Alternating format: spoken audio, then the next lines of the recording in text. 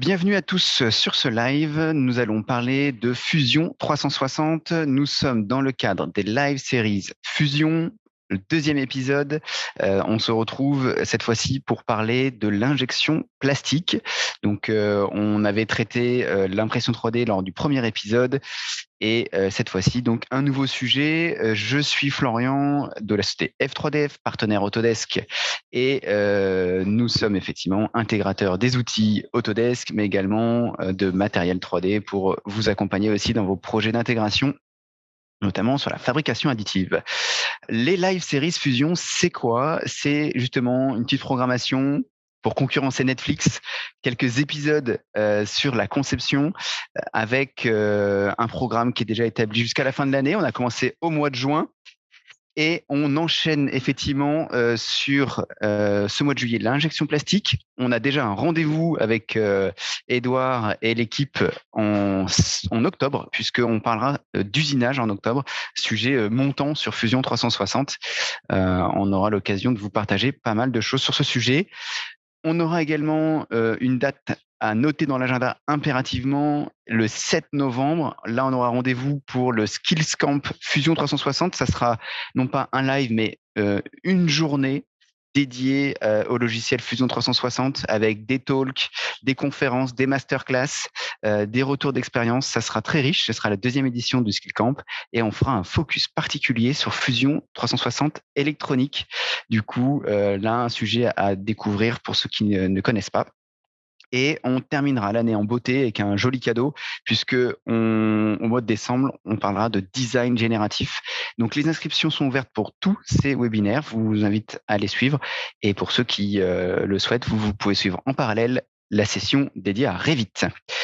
Aujourd'hui, pour vous parler de Fusion 360, j'ai du beau monde avec moi. Donc, avec moi, Xavier Rosso. Xavier, tu nous entends bien? Oui, très bien, bonjour. Xavier, merci d'être avec nous, instructeur Autodesk Fusion 360. Tu nous partageras aujourd'hui des choses sur Fusion classique, mais aussi sur l'extension Product Design. Edouard Carrette, Autodesk spécialiste Fusion 360, tu nous entends bien? Je vous entends bien, bonjour à tous. Super. Merci d'être avec nous. Et nous avons également Arvin de la team Fusion 360. Hello Arvin. Bonjour à tous. Parfait. Alors, une petite pensée pour Eve qui est en vacances aujourd'hui sur la plage, mais je sais qu'elle nous verra en replay. Elle a des pensées pour nous, oui, tout à fait. Du coup, j'en profite pour vous rappeler que ce webinaire sera bien sûr rediffusé en replay et sur la chaîne YouTube de F3DF. Du coup, je vous propose de commencer. Edouard, je vais te laisser la parole pour nous faire une présentation de Fusion 360, nous rappeler toute la richesse de ce logiciel. À toi la parole. Bien, merci Florian, merci pour cette introduction. Donc, je vais essayer de simplifier au maximum finalement ce qu'est la plateforme Fusion 360. Je vais me mettre au niveau des gens qui ne connaissent pas encore la solution, bien entendu. Donc, clairement, qu'est-ce qu'est Fusion 360? C'est une plateforme collaborative connectée au cloud, donc qui va te permettre de finalement d'avoir une possibilité d'utiliser des outils informatiques qui sont très légers pour pouvoir finalement couvrir un ensemble de création. Donc, on va partir finalement d'une esquisse jusqu'à créer un modèle, jusqu'à le tester finalement. Parce qu'on va parler de tout ça justement après. C'est-à-dire qu'on va pouvoir finalement finaliser l'ensemble du design produit tout en prenant en compte la possibilité d'avoir cette plateforme qui va être multimétier, qui va couvrir et le design et l'ingénierie, mais aussi tout ce qui va être programmation, machine-outil, de création, de documentation technique, pour pouvoir couvrir l'ensemble finalement du process de design et surtout avec une appétence qui va permettre la collaboration avec les outils.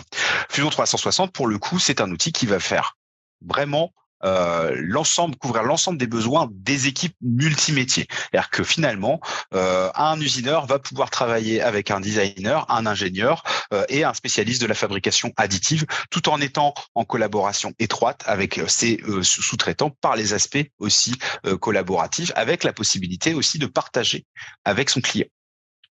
Le but étant vraiment de catalyser l'ensemble des informations sur une seule et même plateforme avec les mêmes équipes. Donc, c'était bon. Donc non, pas de souci. Donc Fusion 360 est vraiment de base taillé pour pouvoir couvrir l'ensemble de ses besoins, mais bien entendu en fonction des appétences de l'entreprise, en fonction finalement de son domaine de prédilection. Nous avons ce qu'on appelle un jeu d'extension. Les jeux d'extension vont couvrir finalement deux gros pôles que vont être le design et la fabrication, le manufacturing. Donc pour chacune de ces extensions, on va avoir des appétences qui vont fournir finalement des automates, des intelligences artificielles, des outils d'analyse poussée et aussi des outils qui vont nous permettre de aller plus loin, qui vont permettre de vraiment embrasser finalement la fabrication avancée. Dans le design, finalement, on va avoir le product design. On va en revenir dessus aujourd'hui. On va voir le generative design. On va venir dessus en fin d'année. En gros, un outil qui va nous permettre d'utiliser cette intelligence artificielle pour optimiser ou générer des formes liées à la fabrication, des outils de simulation, d'analyse pour pouvoir valider, sécuriser nos conceptions, nos structures, et aussi le signal integrity qui là, lui, est dédié finalement à tout ce qui est objet électronique connecté, parce que Fusion, c'est aussi une solution ICAD qui va permettre de créer, designer, sécuriser des cartes électroniques. Dans la partie fabrication, donc là, on arrive un peu dans le domaine de compétences de F3DF, c'est-à-dire que tout ce qui va être construction additive, pour le coup, on a des fonctions pour pouvoir imprimer en dépôt de fil de base en Fusion 360. Du moment où on va avoir besoin d'optimiser, utiliser des machines avancées de fabrication additive, je pense aux machines poudre, métal, plastique, on va avoir une extension qui va nous permettre d'optimiser tout ça et justement de simuler l'ensemble du process de fabrication additive, et deux autres extensions qui vont être là dédiées, on va dire, à l'usinage multi-axe, l'usinage vraiment avancé, pour le coup, avec de vraies compétences dans le domaine, une vraie force de frappe, et aussi des outils qui vont être plutôt dédiés là à la fabrication, je dirais à la découpe 2D, l'optimisation des matériaux, là encore, et la qualification, la quantification du coût de ces fabrications avec l'extension fabrication. Donc aujourd'hui, le focus de F3DF va être de vous parler justement de l'extension Product Design et de tout finalement son environnement et ses outils, et de son intégration avec les autres outils dont je vous ai mentionné le sujet auparavant. Je vais laisser la main à Xavier qui va finalement nous présenter tout cela. Eh ben merci. Alors excusez-moi, on va d'abord s'attaquer donc au niveau de cette petite formation, on va dire rapide. On va revoir ce que c'est que l'injection plastique très rapidement en 5 minutes. Puis on va vraiment après passer sur ce qui nous intéresse, c'est-à-dire concevoir une pièce d'injection plastique avec l'extension Product Design. On verra aussi sur la fin les possibilités d'analyse de la pièce. Donc pour cela, hop, on va passer sur déjà les notions de base de l'injection plastique, les contraintes, le rôle. Donc, qu'est-ce que c'est que le procédé de fabrication par injection plastique? C'est le fait donc d'avoir un plastique qui est fondu, puis injecté dans un moule, dans lequel il va y avoir une phase de refroidissement. Donc, la pièce va se solidifier et prendre la forme du moule. Puis, on va le sortir et il va y avoir des éjecteurs qui vont permettre de pousser la pièce. Et ainsi, le processus va pouvoir, redémarrer. Alors, de quoi est constituée une pièce créée pour l'injection plastique? Il va y avoir d'abord la coque qui doit avoir une épaisseur constante. On y reviendra dessus, on va en reparler. On va avoir souvent des renforts, donc ce qu'on appelle les nervures ou aussi les rainures. Et on va avoir des moyens de fixation ou de recentrage d'une pièce avec le bossage. On pourra aussi prévoir des méthodes de fixation moins complexes comme des clips. Donc tous ces outils, on va pouvoir les retrouver justement dans le product design. Sauf que l'injection plastique, c'est comme beaucoup de fabrication, elle a des contraintes. Premièrement, par exemple, cela fonctionne comme un moule. Donc, on va avoir les mêmes contraintes que sur un démoulage. Le fait, par exemple, d'avoir des angles de dépouille qui vont permettre justement le démoulage sans trop de contraintes. Une pièce, par exemple, qui serait beaucoup plus dure à faire, voire pas impossible, mais plus dure, c'est cette pièce. Vous voyez que l'angle est rentrant. Elle ne va pas permettre, par rapport au sens de démoulage, d'enlever la pièce simplement. Donc, ce n'est pas forcément une pièce conçue pour l'injection plastique. Ou alors, notre moule serait un peu plus compliqué que ce que vous avez à gauche. C'est-à-dire qu'il faudrait intégrer des tiroirs et ce genre de choses. Ça complexifie beaucoup le problème. Autre contrainte, les épaisseurs constantes. Le fait de ne pas avoir d'épaisseur constante peut vraiment poser des problèmes sur l'écoulement de la matière ou des refroidissements qui seraient non uniformes, ce qui pourrait provoquer du coup des déformations de la pièce ou encore des ratachures. C'est un peu dur à dire comme mot. Donc, vous voyez ici des erreurs en fin de compte de surface ou carrément des déformations de la pièce, puisqu'en fait, en ayant plus de matière à un endroit qu'à un autre, il va y avoir des tensions supplémentaires. Donc, comment on conçoit une pièce avec l'extension Product Design? À quoi sert surtout l'extension Product Design? Principalement, cette extension, elle va être là pour gagner du temps. Gagner du temps sur le fait de créer une coque, des nervures, des bossages ou encore la réalisation de clips. En soi, on pourrait presque le faire avec le Fusion de base, mais ce serait beaucoup, beaucoup plus long à créer. D'où l'intérêt de l'extension Product Design. Donc, qu'est-ce qu'on va voir déjà dans le premier point qui va être la conception d'une coque? On va voir la possibilité déjà d'appliquer des matières plastiques sur un composant. On verra comment réagit notre conception lorsqu'on va venir changer la matière en cours de route. Et pour vérifier un peu tout ça, on aura un petit quiz donc de 2 questions sur lesquelles vous pourrez répondre. Donc, pour commencer, on va passer sur l'ajout d'une matière plastique sur un composant. Alors, hop, je vais le mettre en plein écran, ce sera mieux. Pardon. Voilà. L'ajout de matière plastique sur un composant, déjà, il va se faire à partir du mode plastique. Et le mode plastique, il fonctionne sur des règles de plastique. Par exemple, ici, le polypropylène, il est réglé sur une épaisseur de 3 mm, sur un angle d'inclinaison de 2 degrés. Donc, il y a plusieurs règles comme ça liées au plastique qu'on va attribuer à notre conception. Et à partir de là, dans les paramètres, on va avoir automatiquement les valeurs d'épaisseur, d'angle de dépouille ou encore de rayon de congé qui vont être inscrits dans les paramètres. À partir de là, on va pouvoir, par exemple, créer une petite conception. Et ici, donc j'ai fait une boîte, donc un petit rectangle de taille de 150 par 80 à peu près. Voilà. On va faire une extrusion pour mettre un petit volume. Et lorsque l'on travaille, il y a de préférence un ordre de conception. On va d'abord faire le volume, on va ensuite faire les angles de dépouille, puis les congés, et ensuite on va venir rajouter les nervures, les clips, etc. Donc on commence souvent dans cet ordre-là.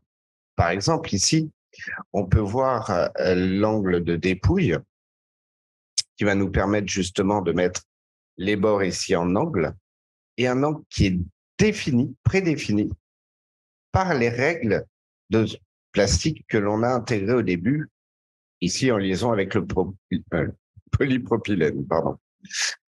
Alors, l'important dans ces fonctions, c'est ces valeurs qui ne sont pas des valeurs mais des paramètres, c'est-à-dire le DA, le T ou encore le NR, qui font référence aux paramètres inscrits dans justement les modifications de paramètres. C'est vraiment ces informations qui vont relier votre fonction au final au product design et à vos règles. Donc ici, on va pouvoir intégrer un angle de dépouille équivalent à notre sens de démoulage. Et ainsi, on va pouvoir d'ailleurs inverser rapidement l'angle en extérieur ou intérieur. De la même façon, nous avions des règles, dans les règles d'injection, des informations de rayon de congé. Par exemple, ici, si on regarde par défaut, dès que je prends le congé, il me donne NR, qui est le paramètre de rayon. Bien sûr, on n'est pas restreint, à ça, dans le sens où ici, sur la forme extérieure, on ne va pas se contraindre juste à l'angle inscrit dans les règles, on peut aller plus loin. Les angles étant surtout intéressants, le rayon des angles, à l'intérieur pour tout ce qui va être nervure, bossage et autres clips. Donc, dans tous les cas, on retrouve des valeurs prédéfinies. Une fois qu'on a fait donc nos congés, on préconise de les faire à l'avance. Pardon. Excusez-moi. Un petit problème d'affichage. Un peu méchant. Il ne veut même pas revenir. Alors, on préconise toujours de faire ces congés à l'avance, comme ça, lorsque vous allez venir prendre l'outil coque pour évider votre pièce, vous avez automatiquement les congés dans votre coque qui correspond en plus à l'injection plastique. On retrouve dans la valeur d'épaisseur le T prédéfini, encore une fois, par nos paramètres. À partir de là, on va pouvoir éventuellement, au cours de notre conception, changer de matériau. Ici, on a fait toute une conception basée sur le polypropylène. Donc, pour rappel, une épaisseur de 3 mm, un angle de 2 degrés. Si je viens en cours de route rentrer dans mes règles de plastique, je peux passer sur un autre matériau et toutes les fonctions qui ont été créées à partir du product design et des règles vont se modifier en conséquence du matériau choisi. Donc ici, par exemple, dès qu'on va prendre le nylon, les épaisseurs vont se modifier, les angles, etc. Donc c'est très pratique pour ou tester différents matériaux ou, en cas de changement de procédure, passer d'un matériau à l'autre sans devoir tout refaire. Donc toujours dans l'optique d'être sur une conception très rapide.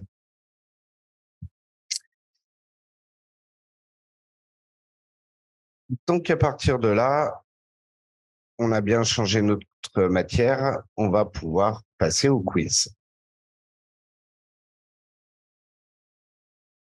Ah. Donc, j'ai ajouté une matière en début de la conception. Si je change en cours de conception, ma 3D évolue. Alors, est-ce vrai ou faux? Vous pouvez répondre directement dans le chat, bien entendu, si vous le voulez. Déjà les réponses.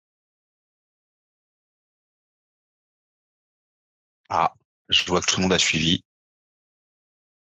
Bon, en effet, c'est vrai. En effet, c'est-à-dire qu'on peut toujours revenir en arrière. Donc, il y a vraiment un principe de conception, bien entendu, comme l'a bien spécifié Xavier. Alors que, idéalement, on crée une forme de coque pour après aller les vider et travailler dedans. Mais bien entendu, les règles, comment dire, les règles, si on vient à modifier des règles pour des raisons X ou Y, forcément, ça va avoir une incidence et une évolution. Ça va convoquer une évolution de la 3D. Alors, on a une deuxième question. Si j'ajoute une matière en cours de conception, les opérations avant l'ajout vont-elles se mettre à jour? De même, vous pouvez utiliser le chat pour répondre à ces questions. C'est un peu plus piégeux. Pas tant. Bon, en effet, c'est vrai. C'est-à-dire que forcément, il va y avoir une adaptation qui va être faite au jour le jour. Je laisse afficher la réponse. C'est faux, pardon. C'est faux, pardon, parce que toujours la matière avant la conception, c'est la matière qui va définir les règles, c'est-à-dire que c'est elle qui impose. Excusez-moi, j'étais parti ailleurs. C'est bien la matière qui va imposer finalement les déformations, parce que la matière va imposer l'angle dépouille qui va permettre l'extraction du moule. La matière va permettre de respecter le rayon nominal spécifique au polypropylène, au nylon, etc. Justement pour pouvoir respecter les règles des règles propres à la rhéologie, à la conception plastique. C'est-à-dire qu'il est important, limite, de revenir en arrière dans son historique de conception pour imposer des règles et avoir une conception qui est propre. C'est vraiment une question de fluidité et de fiabilité même de la conception. C'était tricky, même moi je me suis planté. Pardon. Alors, en fait, c'est toujours tricky, ça, puisque on pourrait revenir en soi sur les fonctions avant d'avoir mis le matériau, mais ça veut dire qu'il faudrait mettre dans les paramètres les indications. Donc, c'est un peu triché. Et c'est surtout vite le bordel, je vous dirais. Et c'est pour ça qu'on dit au début le matériau. C'est pour éviter finalement, les bagouilles. On peut faire un parallèle avec la tôlerie, finalement, où dans la tôlerie, on va imposer des règles qui sont liées au pliage, qui sont liées à la spécificité du matériau. On impose finalement ces règles à fusion pour vous permettre dans l'utilisation d'avoir une fluidité, une facilité, des automatismes qui vont rendre justement cette composition beaucoup plus propre à une fabrication en injection plastique. Alors justement, dans ces règles propres à l'injection plastique, il y a des fonctions qui sont très utilisées, qui sont les nervures. Alors à quoi elles servent ces nervures? Comment les concevoir? Et bien sûr encore un quiz. On va voir tout ça maintenant. Alors déjà, quels sont les rôles des nervures? En général, ces nervures, elles sont là en premier en tant que renfort pour éviter les déformations de votre pièce. Ou encore, elles peuvent se situer au niveau d'éléments externes pour positionner ces éléments externes. Alors, dans le fait de mettre des renforts, je vous disais, c'est pour éviter les déformations de la pièce, mais c'est aussi pour pouvoir renforcer des zones qui vont subir vraiment des forces accrues, de fortes contraintes, comme par exemple les zones de clippage, de bossage ou encore les zones de fixation globalement. C'est là où il va y avoir beaucoup de tension. Donc, on rajoutera des renforts pour renforcer toute notre pièce. Alors, attention quand même, car elles doivent bien sûr respecter les contraintes de l'injection plastique. Dans les contraintes de l'injection plastique, on a principalement les dépouilles, les angles de dépouille pour le démoulage et bien sûr l'épaisseur. Alors pour cela, donc, on va revenir encore une fois sur Fusion. Alors les nervures dans Fusion, elles sont représentées par deux outils qu'on pourrait appeler frères, qui sont les âmes et les nervures elles-mêmes, c'est-à-dire les renforts internes ou les renforts d'angle.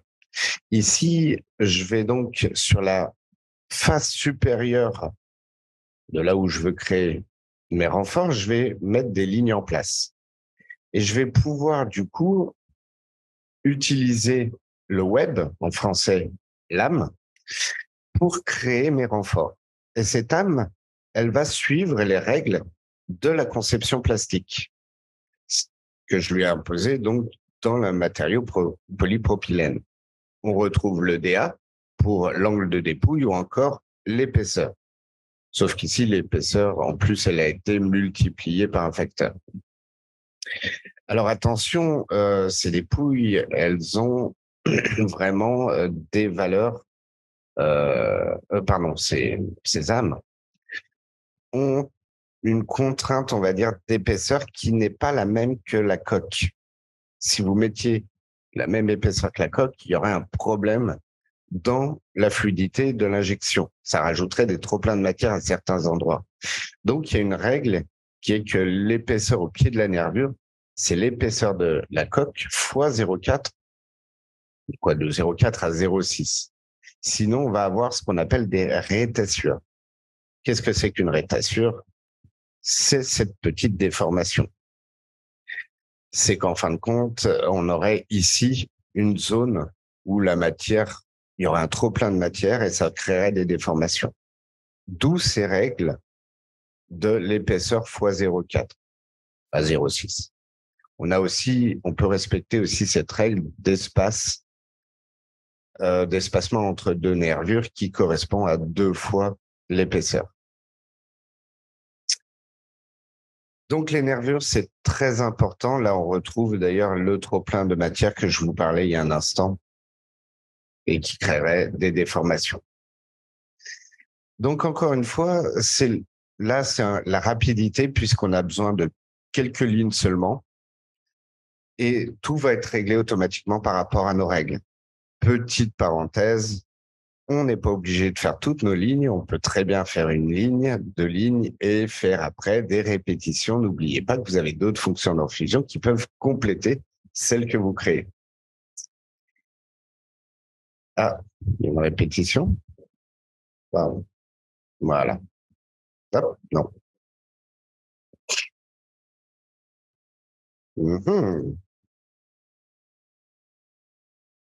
J'ai l'impression qu'on a loupé quelque chose. Excusez-moi, je reviens.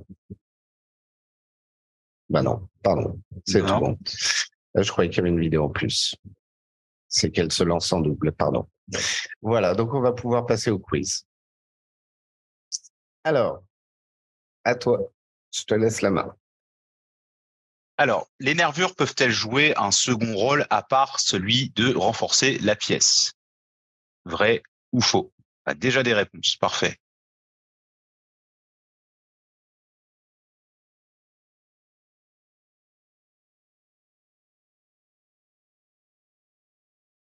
Vous êtes concentrés, c'est magnifique. Alors, je te laisse laisser apparaître la réponse. Ouais. Donc, bien entendu, c'est vrai. Bien entendu, c'est vrai. C'est-à-dire que, bien entendu, le premier rôle, c'est de renforcer la pièce, mais ça permet aussi d'éviter typiquement des surcharges martières si on utilise de manière intelligente les nervures et d'éviter finalement des déformations supplémentaires dans la structure même de la coque qu'on a créée, typiquement. Et elles permettent de positionner les composants aussi, bien entendu. C'est-à-dire que si on veut intégrer typiquement une carte électronique, ou souvent d'ailleurs, on retrouve cette utilisation chez nos utilisateurs. Voilà. On a déjà des réponses, je vais me dépêcher. L'épaisseur de nervure est-elle égale à l'épaisseur de la pièce? Vrai ou faux?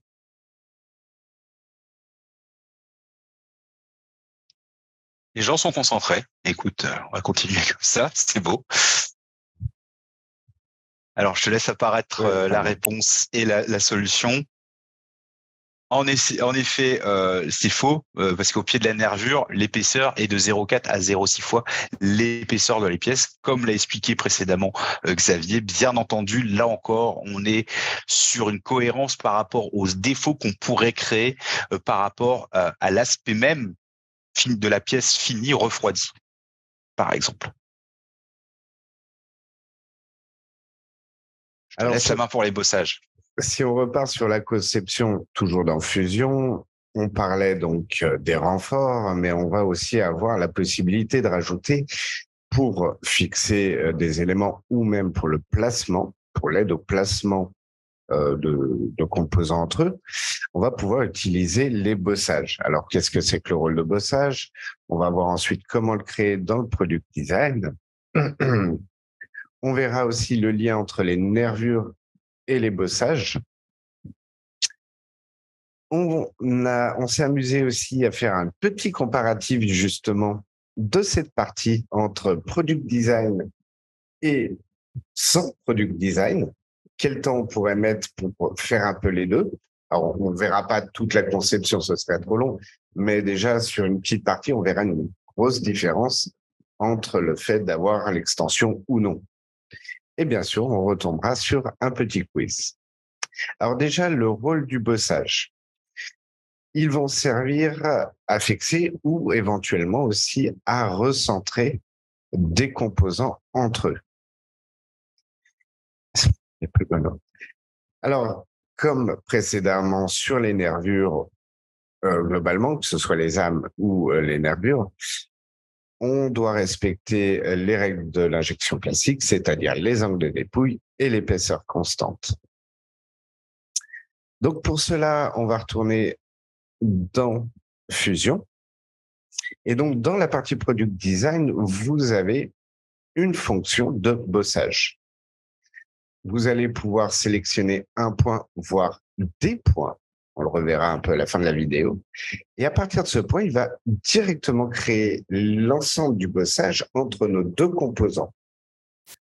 On pourra, pour travailler, modifier la visibilité, voire modifier aussi décaler, on va dire, le point de liaison des bossages. On pourra inverser, bien sûr, les deux bossages. Et surtout, très intéressant, on va pouvoir aller chercher une vis, choisir une vis. La taille, la tête, tout est sélectionnable. Et donc, on va pouvoir retrouver sur des normes aussi. Bien sûr, le bossage s'adaptera à la vis que vous choisissez. On va ensuite pouvoir régler l'emplacement du pas et modifier l'intégralité des paramètres de dimension de notre bossage. Donc, bien sûr, on retrouve des DA, des T pour tout ce qui est angle de dépouille, épaisseur, ou encore NR pour éventuellement s'il y avait des congés. On va aussi retrouver un point commun avec des perçages, puisqu'on va pouvoir définir le type de perçage. Est-ce qu'il est simple? Est-ce qu'il est fraisé? Est-ce qu'il est en en rebord, pardon. On pourra bien sûr régler aussi les profondeurs de taraudage ou de vis. Dans l'avancée, on pourra toujours aller beaucoup plus loin sur le réglage de tous nos paramètres, toutes nos tailles, nos rayons, nos angles. Donc, on peut vraiment le personnaliser, ce bossage. À partir de là, il va nous créer le trou pour accéder à notre vis. Il nous intègre aussi notre composant vis directement.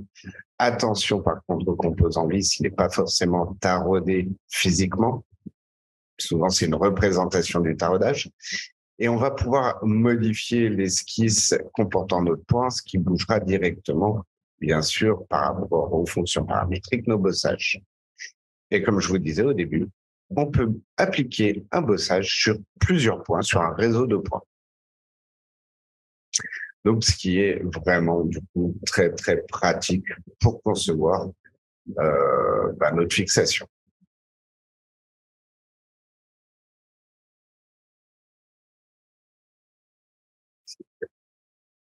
Fait deux fois. Alors, il y a un lien, par contre, entre bossage et nervure en soi. C'est-à-dire que, on l'a dit, les nervures servent à renforcer les points d'application de force élevée, de forte contrainte. Et dans cette optique, les bossages, ils peuvent être renforcés par des nervures, ce qui est directement intégré à la fonction. Pas besoin d'aller chercher la fonction nervure pour le rajouter. Il va automatiquement nous permettre, en fait, de créer des nervures tout autour du bossage, bien sûr avec les réglages de quantité, d'épaisseur, d'angle de dépouille, comme d'habitude, je vous dirais. On pourra aussi modifier le profil. Est-ce qu'il est arrondi? Est-ce qu'il est plutôt anguleux, on va dire? Et donc, ça va, encore une fois, permettre de travailler très rapidement. Ça nous évite d'utiliser de multiples fonctions puisqu'on a la nervure dans le bossage. Bien sûr, on trouvera toutes les formules qui sont déjà intégrées.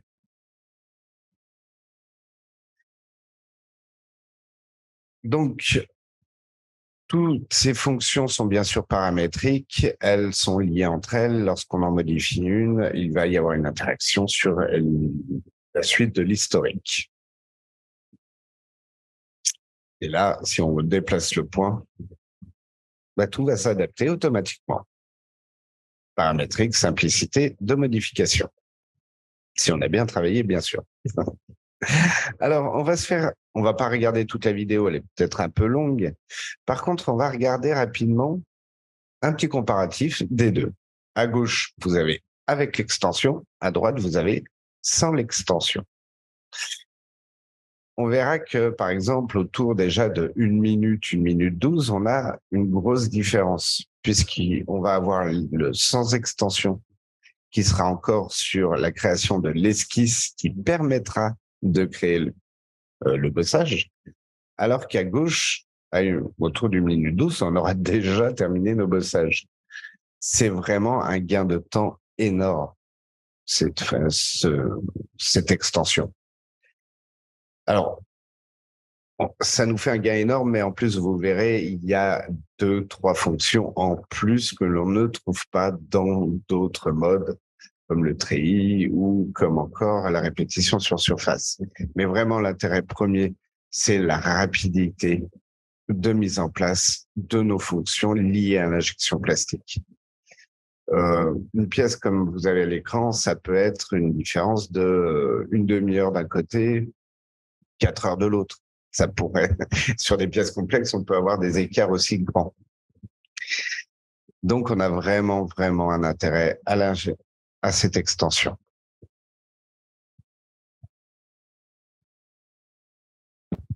Alors, je vais laisser la place à Edouard. Un petit quiz pour continuer. Alors, voilà, avec la fonction bossage de l'extension Product Design, je peux concevoir les bossages des 2 composants en même temps. Vrai ou faux? Alors, je vous laisse répondre. On a déjà des réponses. Bon, si tout le monde a bon à chaque fois, on va pas s'en sortir. Non, je plaisante. Il y avait quoi à gagner en fait? Parce que c'est qu'on joue, on joue, mais des bossages. Là, on va gagner des bossages. Donc c'est bel et bien vrai, en effet, et c'est vraiment pas très pratique parce que c'est tout le lieu finalement du product design, c'est de pouvoir apporter de la valeur et de gagner du temps. C'est-à-dire que ces fonctions vont être automatisées. Bien entendu, on revient à ce qu'on a dit précédemment, le choix du matériau initial pour faire sa composition va permettre d'automatiser, de faciliter justement la création de ces 10 bossages qui vont permettre d'avoir une pièce, je dirais, presque prête à être injectée. Donc, la question suivante, avec la fonction bossage de l'extension Product Design, je peux choisir des vis et l'avoir dans ma 3D automatiquement. Vrai ou faux? Je pense que celle-ci, elle est facile. Voilà. Bien entendu, c'est bel et bien vrai. C'est-à-dire que pour le coup, on va avoir aussi la mise à jour qui va être automatique. C'est-à-dire que pour un déplacement ou un changement de vis, c'est-à-dire qu'on va pouvoir changer la taille, l'adapter en fonction de la problématique, en fonction de la taille de notre composition. Mais surtout, on reste, encore une fois, comme Xavier l'a mentionné, sur une conception paramétrique. Donc, de fait, automatiquement, on va avoir ces mises à jour, ce qui permet potentiellement aussi d'avoir un lien directement avec notre fabricant, s'il est en interne ou en externe, mais aussi avec notre client qui nous demande justement de concevoir cette pièce. Je te laisse la main, Xavier, pour nous parler des clips. Alors, les clips, grand sujet, puisque les clips vont nous éviter donc des fonctions un peu trop complexes de fixation, et on va pouvoir avoir plusieurs clips différents. Donc, on va revoir bien sûr le rôle des clips, on va voir comment on le crée dans le product design et on refera un petit quiz. Alors d'abord, le rôle des clips. Ils vont permettre donc l'assemblage de 2 composants plastiques sans l'aide de vis. Et cela va permettre du coup un gain d'argent sur tous les composants de visserie, au dépend par contre d'une conception parfois un peu complexe. Encore une fois, on est dans le product design, on est pour l'injection plastique, on doit respecter les règles d'injection plastique de dépouille et d'épaisseur constante. Alors, on va déjà voir le premier clip qui sont les clips parallèles. Je vais mettre en grand écran, ce sera mieux. Puisqu'en fait, dans les clips, on a des clips parallèles, des clips perpendiculaires ou en boucle. On a donc 3 types de clips différents.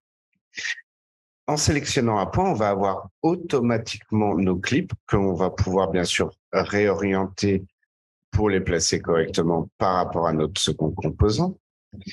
Il faut bien comprendre que ça marche entre les 2 composants puisqu'il nous crée le clip, mais aussi l'espace d'emboîtement du clip. On va pouvoir régler la distance du clip par rapport à une distance ou par rapport à un autre objet. Et on va bien sûr pouvoir modifier l'intégralité des paramètres de nos clips où on va retomber sur des paramètres comme T, DA, MR pour bien sûr les épaisseurs, les angles de dépouille et éventuellement les congés. On peut tout modifier, ce qui fait qu'on pourrait tout à fait, au besoin, rajouter des erreur tactique.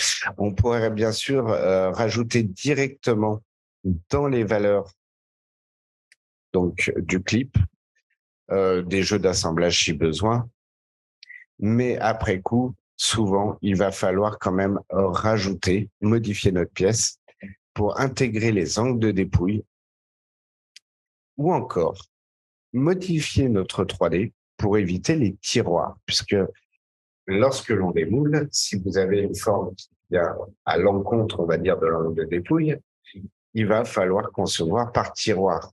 C'est d'ailleurs ici la forme qui a été ouverte pour éviter le genre de tiroir. J'aurais pas dû faire espace, bien sûr, histoire de... Voilà.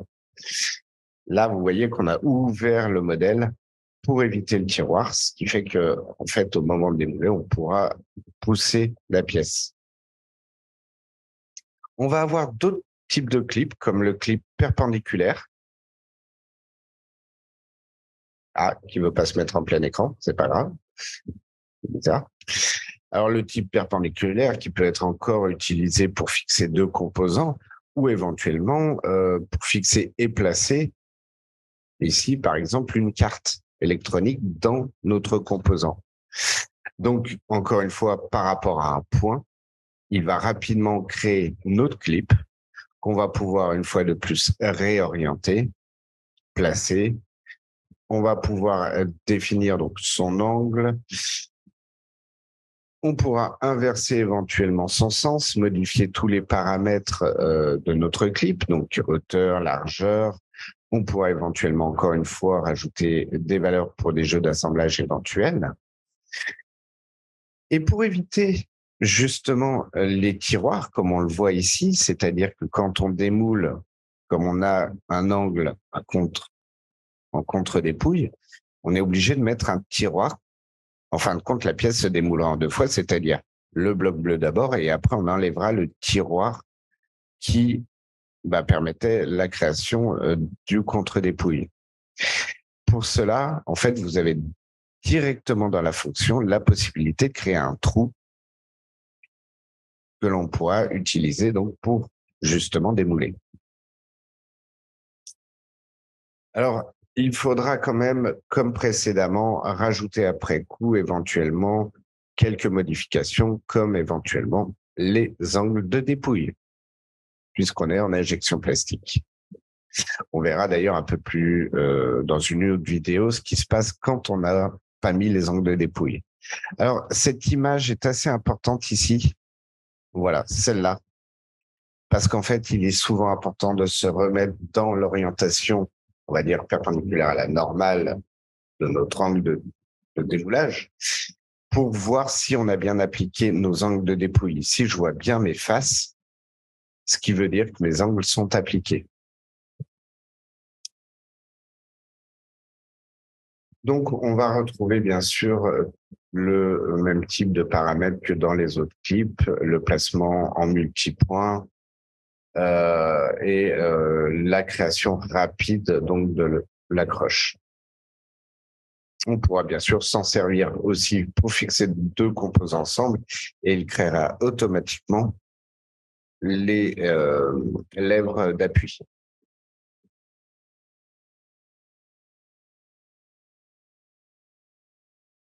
Il reste un petit clip à voir. Il ne veut vraiment plus me passer en mode plein écran. Qui sont les clips en boucle. Alors, les clips en boucle, c'est vraiment des clips donc faits à partir d'une boucle. On peut l'appliquer à un ou plusieurs points, au milieu de l'épaisseur principalement. On pourra encore une fois changer l'angle, la hauteur, la largeur, inverser éventuellement le clip, savoir si on est en haut ou en bas. On retrouve en fin de compte les mêmes réglages que sur tous les autres clips, dont tous les paramètres. Il faudra bien sûr, comme pour les autres clips, après coup, éventuellement remodifier quelques éléments comme des jeux d'assemblage ou éventuellement, il faudra rajouter tout ce qui est angle de dépouille pour que le clip fonctionne bien. Ces clips sont très avantageux, donc en rapidité, mais aussi sur différentes conceptions. Alors ici, on a quelques avantages très rapides, prend en compte les paramètres de la matière, réglage automatique, possibilité de sélectionner plusieurs points et donc de mettre la fonction à plusieurs endroits en une seule fois. Une création de l'ouverture pour le démoulage, ce qui évite de le faire par nous-mêmes. Et c'est des fonctions, on parlait d'injection plastique, mais qui sont aussi très, très, très pratiques pour l'impression 3D. L'inconvénient, c'est une amorce de conception. On n'a pas de dépouille, donc il faut penser à le rajouter après coup. Il faut prévoir des modifications pour un démoulage naturel. Si on a des tiroirs, si on n'a pas de tiroirs, on essaie quand même toujours de simplifier les démoulages. Si on peut éviter les tiroirs, en modifiant un petit point de la pièce, c'est toujours mieux. Voilà un peu pour les clips. Alors, nouveau quiz, toujours en train de vous surveiller, je suis d'accord. Voilà, merci Marie-Laure. Le système de cliquage nous permet de ne pas utiliser des vis. Vrai ou faux? Bon, vous aurez bien compris que c'est vrai. Bien entendu, c'est un gain économique, bien entendu, parce que une fois encore, on n'utilise pas de la visserie, on n'a pas besoin d'utiliser de la visserie, on utilise les qualités finalement naturelles des matériaux qu'on va utiliser pour l'injection plastique ou l'impression 3D justement pour là aussi simplifier le montage. Ça va dépendre, là encore, finalement des contraintes dans lesquelles notre composition, notre design va évoluer dans la vie réelle. Les clips qui démoulent avec un tiroir augmentent-ils le prix du moule? Vrai ou faux? Ah, pas de réponse. Plus de mal. Alors là, je vais faire une réponse rapide. Clairement, on peut passer à des prix vraiment conséquents quand on a un moule à tiroir. Pour avoir travaillé dans le milieu de la fabrication de moules à injection plastique, c'est déjà de la fabrication très technique en termes de stratégie de fabrication et de mise au point très technique. Parce qu'on parle de vraiment d'ajustement où on va chercher le centième, voire en fonction des contraintes et des secteurs de fabrication, moins que le centième. Donc typiquement, ça demande énormément de machines très conséquentes en termes de prix, avec de l'électroérosion, de la retouche en usinage et de l'ajustage avec des techniciens vraiment compétents. Donc, en fonction des besoins, plus on va simplifier la composition initiale, le design initial, pour justement avoir un moule à faible coût, plus avoir forcément un impact direct sur la rentabilité et le coût de la pièce en elle-même. Donc, plus le moule est simple, moins il y a de tiroirs, mieux c'est. Mais là encore, ça va dépendre de là où on veut mettre le produit. C'est-à-dire que si on est sur un pare-choc de voiture, on va pas mettre des ouvertures pour économiser le moule. Mais on va fabriquer un moule, mais on va arriver à des volumes de production qui vont diminuer finalement sur le long terme le coût du moule. Alors, on va revenir une fois de plus sur Fusion pour voir aussi les outils qui peuvent nous aider lors de notre conception à vérifier, analyser, voir si notre pièce convient à l'injection plastique. On aura d'abord le draft analysis, l'analyse de dépouille. On aura aussi une aide à la conception qui nous permettra, en fin de compte, il nous dira un peu ce qu'on a mal fait pour l'injection plastique, ce qui est encore un peu en défaut. Et bien sûr, on reviendra à un petit quiz. Alors d'abord, la fonction d'analyse d'angle de dépouille, c'est une fonction qui est vraiment très, très intéressante puisque par rapport à notre pièce et par rapport au sens de démoulage qu'on va définir assez rapidement en sélectionnant, alors bien sûr, le corps sur lequel on applique notre analyse, mais ici, au niveau de la direction, j'ai pris le plan qui est, en fin de compte, perpendiculaire à la normale de l'angle de démoulage. À partir de là, on va venir régler une fourchette d'angle, souvent inférieure pour l'injection plastique. C'est un peu ce qui est préconisé, inférieur à 2 degrés. Donc, on va pouvoir comme ça mettre, par exemple, un moins 2,1 et un moins 1,9 de fourchette. Et on va avoir du coup des couleurs vert, rouge et bleu qui vont nous indiquer si on est bon ou pas. Tout ce qui est rouge et bleu, c'est donc l'arrière. Ici, tout ce qui est rouge, au final, sur notre clip, n'est pas bon. Il ne sera pas bon pour le sens de démoulage. On peut bien sûr régler quelques tolérances et jouer avec le visuel pour mieux voir notre pièce. À partir de là, si on a des défauts, comme on l'avait ici sur le bord, où on n'a pas l'angle de droite de dépouille, ben on va pouvoir revenir dans des fonctions appliquées par le product design ou rajouter éventuellement de nouvelles fonctions pour corriger nos problèmes.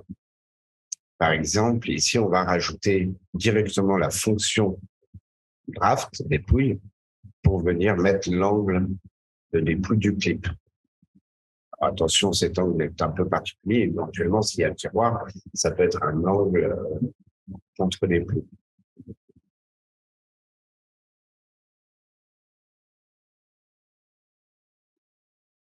On pourra bien sûr agir sur toutes les faces.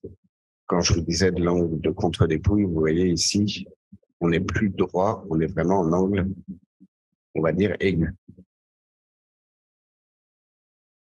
Et si on regarde maintenant notre analyse, on a bien sur le côté gauche, pardon, je vais revenir 2 secondes, voilà, on est bien vert sur le côté gauche, on est toujours rouge sur le côté droit puisqu'on est en contre-dépouille. Ce qu'il nous faut, c'est ou une conception par tiroir ou une ouverture qui nous permettra de démouler. Ouverture que l'on peut créer, bien sûr, avec une esquisse, une extrusion, et on fera manuellement le trou d'ouverture. Trou d'ouverture que l'on a dans la fonction de clip perpendiculaire, par exemple, automatique. Là, c'est manuel. Si on avait appliqué un clip perpendiculaire, on aurait pu le mettre directement dans la fonction. Toujours du temps de gagner. On a, il revient 2 fois, lui, aussi l'aide à la conception. Alors, cette aide à la conception, on va le retrouver encore une fois dans l'inspection. On va pouvoir sélectionner le composant et le plan de démoulage, comme précédemment sur l'analyse de dépouille. On va pouvoir lancer une analyse et il va nous dire ce qui ne va pas par rapport à l'injection plastique. Par exemple, ici, il nous parle d'angle insuffisant, voire d'épaisseur qui sont en fin de compte trop constantes au niveau des nervures. On a aussi, il nous indique ici la contre-dépouille. Donc, la contre-dépouille sur laquelle il faut faire une ouverture pour démouler. Alors là, les points rouges que vous avez justement, ce sont les angles qui ne seraient pas très bons, où en fait, il faut un congé pour permettre que le plastique fondu vraiment vienne bien s'insérer. On a aussi le problème d'épaisseur qui est calculé. Comme je vous disais, l'épaisseur de dépouille n'est pas équivalente à votre épaisseur de coque. Elle a un facteur 0,4. Si vous avez trop d'épaisseur, vous aurez ce genre de défaut, où vous avez un trop plein de matière. Donc, en venant modifier nos nervures, l'épaisseur, bien sûr, hop, là, on va rajouter un petit facteur, bien sûr, de 0,5, comme je vous disais, entre 0,4 et 0,6. Si on reteste notre aide à la conception au niveau de l'épaisseur, on va peut-être avoir encore une petite indication d'erreur, mais si on regarde bien le point et si on joue avec les taux de valeurs qui nous intéressent, on va les voir disparaître. Ce qui nous indique qu'on a bien beaucoup moins de matière qu'avant. On a aussi, bien sûr, toujours le section analysis qui permet de faire un plan de coupe et de voir si on a intégré nos angles de dépouille. C'est toujours un outil très pratique.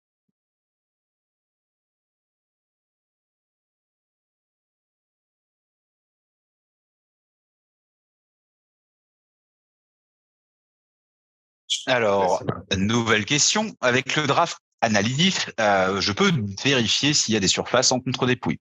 Vrai ou faux? Tout le monde là, bien entendu, c'est vrai, c'est très simple d'utilisation et l'analyse reste reste dans la section analyse du composant. L'avantage, c'est de pouvoir prendre aussi derrière des besoins en terrain, faire de la correction après ou remonter la ligne d'historique justement pour reprendre le problème à la source. Là-dessus, c'est un peu en fonction de comment on veut travailler. La question suivante est hop. Donc l'aide à la conception permet de seulement une analyse de dépouille, vrai ou faux?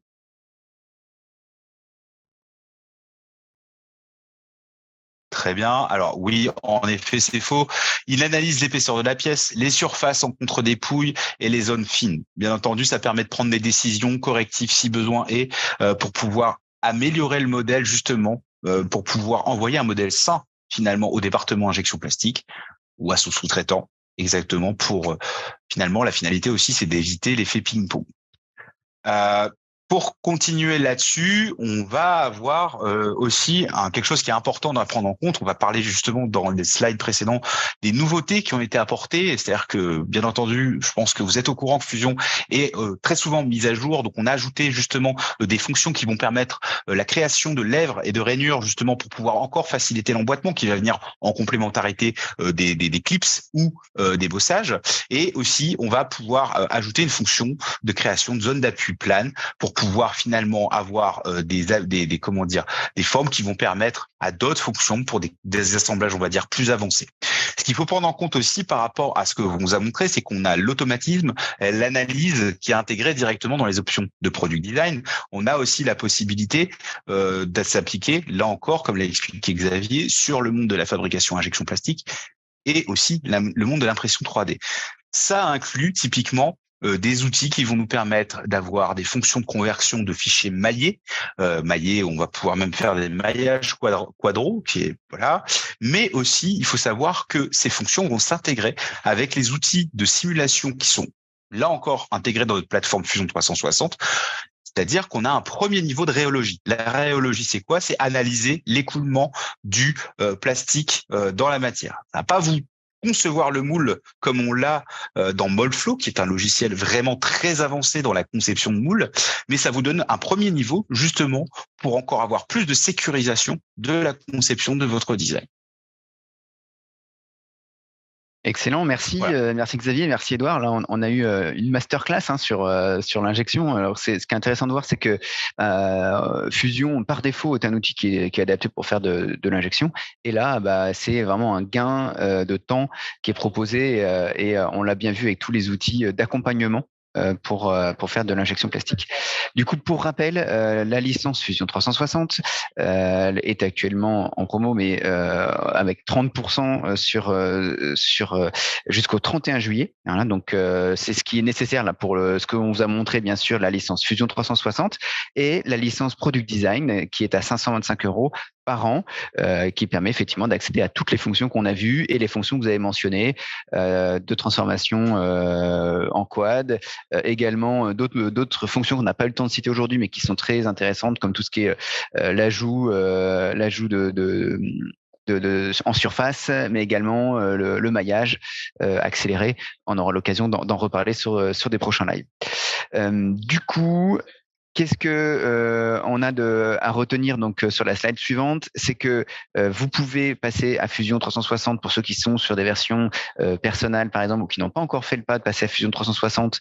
Et là, il y a une très belle offre jusqu'au 31 juillet pour acquérir la licence Fusion 360 avec 30% de remise. Donc ça, c'est vraiment l'offre de l'année. Profitez-en pour ajouter aussi des nouveaux utilisateurs si vous avez déjà Fusion en interne.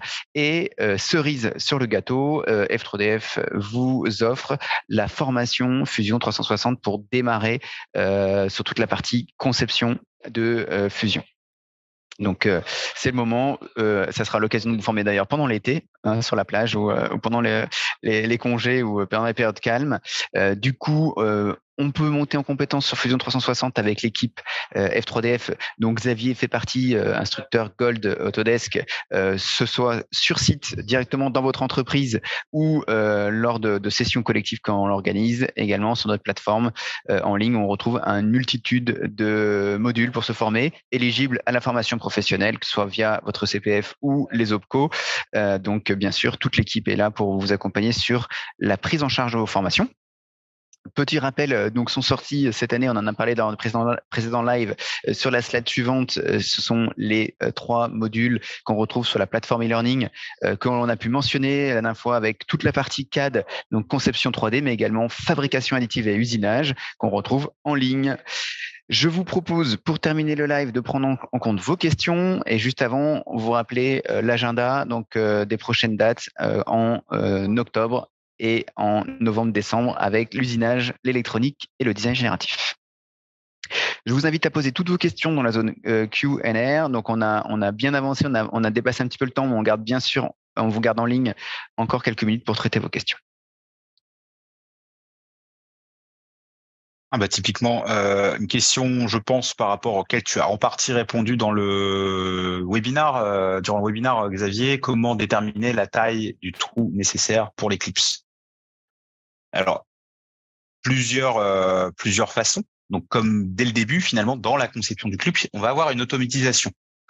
La détermination de la taille du trou va dépendre, là encore, finalement, de l'épaisseur du matériau, de l'épaisseur choisie, du matériau choisi. Les règles sont simples. Typiquement, c'est avoir finalement là, je dirais que la taille en elle-même, alors là, corrige-moi si je me trompe, Xavier, n'est pas forcément la chose la plus importante. C'est surtout justement avoir une taille supérieure. Ok, si on veut faire une correction, le mieux, ça reste d'utiliser les automatismes. C'est d'avoir une supérieure aux dépouilles et surtout d'avoir une dépouille dedans. Voilà. Ça reste finalement assez basique. Le but étant de penser la conception pour le démoulage et la productivité. Est-ce que tu as des précisions à rajouter là-dessus, Xavier? Non, c'est surtout un accès, du coup, l'épaisseur va surtout être réglée aussi par l'accès que tu as besoin pour pouvoir démouler. Et il n'y a pas une grosse contrainte. Alors bien sûr, tu as des valeurs paramétrées, mais bien sûr, on ne sera pas sur des valeurs fines, puisqu'il faut pouvoir accéder à cet espace. Exactement. C'est vraiment l'accessibilité qui fait foi finalement. C'est ça, c'est exactement ça. Alors, on a une autre question du coup de Mickaël sur les clips internes. Alors, je ne sais pas exactement quelle était la question. Non, je pense que c'était rattaché. C'était rattaché. Ok. Donc là, effectivement, on retrouve dans la bibliothèque des clips aussi les différentes natures de clips. Donc, je pense qu'on a répondu à sa question.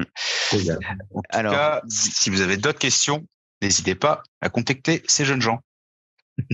On est là. Je vous rappelle que vous pouvez nous contacter par mail directement ou via notre site internet. Je vais vous partager du coup l'adresse dans la zone de chat.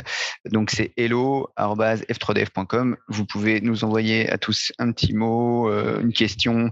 Toute l'équipe est là pour vous répondre sur Fusion 360 et les autres applications sur lesquelles on vous accompagne. Merci à tous pour cette session. Merci Edouard, merci Arvin, merci Xavier. Très intéressant dans cette découverte de la product design. Merci à nos champions des quiz. Je pense à Philippe, à Mickaël, Sophie, Marie-Laure, qui ont été très rapides. Donc bravo à tous. Puis merci pour votre participation. On se retrouve soit cet été pour les formations, puisque nous avons encore des sessions de formation en juillet, en septembre, et vous pouvez nous retrouver sur la plateforme e-learning F3DF. Sinon, on se donne rendez-vous en octobre avec Edouard pour parler usinage sur Fusion 360. Mais pas que usinage de moules. On parlera d'usinage. Tous les usinages. Ça sera chouette. Merci à vous, merci pour votre temps. Bonne journée à tous. Bonne journée. Merci, bonne journée.